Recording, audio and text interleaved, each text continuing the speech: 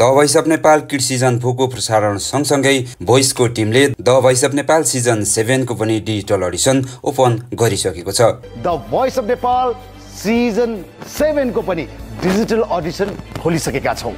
Number त याद छ नै होला हाम्रो। यदि तपाईं नेपाली गीत गाउन सक्नुहुन्छ र यदि तपाईं 16 वर्षदेखि 40 वर्षभित्र हुनुहुन्छ भने जुनसुकै देशबाट आफ्नो डिजिटल अडिसन पठाउन सक्नुहुनेछ। डिजिटल अडिसन दुई तरिकाबाट हामीले दिन सकिन्छ। हिमालय टेलिभिजनको एप मार्फत त्यस्तै व्हाट्सएप मार्फत सजिलै डिजिटल अडिसन दिन सकिन्छ। व्हाट्सएप मार्फत सजिलै डिजिटल अडिसन कसरी दिने भनेर तपाईहरुलाई जानकारी दिँदैछौं। भिडियोले अन्तिमसम्म हेर्नुहोला र तपाई हाम्रो च्यानलमा नयाँ हुनुहुन्छ भने च्यानललाई सब्स्क्राइब गरेर हामीसँग जोडिनु होला। दर्शकवृन्द, अहिले the voice of Nepal season 7 को डिजिटल अडिसन खुलिसकेको छ।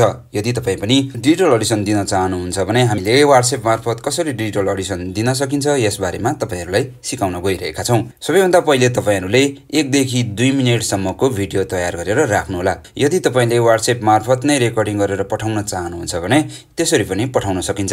तर 1-2 मिनेटको तपाईहरुले फाल्टै बनाएर राख्नु भने त्यो अझ राम्रो हुनेछ। भिडियो पठाउँदा बिना म्युजिकको पठाउनु भयो भने अझ राम्रो हुनेछ। तपाईको भिडियो तयार भइसकेपछि यसरी व्हाट्सएपमा जानु होला र न्यू कन्ट्याक्टमा क्लिक गर्नु होला र 9810124110 नम्बर हालेर नाम लेखी डन गर्नु होला र यो नम्बरमा तपाईको परिचय खुल्ने पासपोर्ट, नागरिकता साथै लाइसेन्स र अन्य जन्म दर्ता लगायतका परिचय खुल्ने परिचय पत्र पनि पठाउन सक्नुहुनेछ र तपाईको नाम एड्रेस लेखेर सेन्ड गर्नु होला।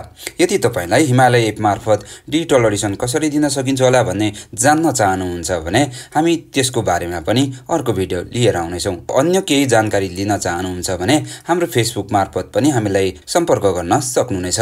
दर्शकवृन्द, तपाईहरुलाई यो जानकारी कस्तो लाग्यो जस्ताको तस्तै तलको कमेन्ट बक्समा कमेन्ट गर्नुहोला र तपाईले बुझ्न चाहेको कुरा पनि तपाईहरुले कमेन्ट बक्समा लेख्नुभयो भने म त्यो जानकारी दिइहाल्नेछु। अन्तिमसम्म भिडियो हेरिदिनुभयो यसको लागि धेरै धेरै धन्यवाद। भिडियोलाई लाइक, शेयर र च्यानललाई सब्स्क्राइब गर्न नभुल्नुहोला। हामी यस्तै विभिन्न जानकारीहरू लिएर आइरहनेछौं।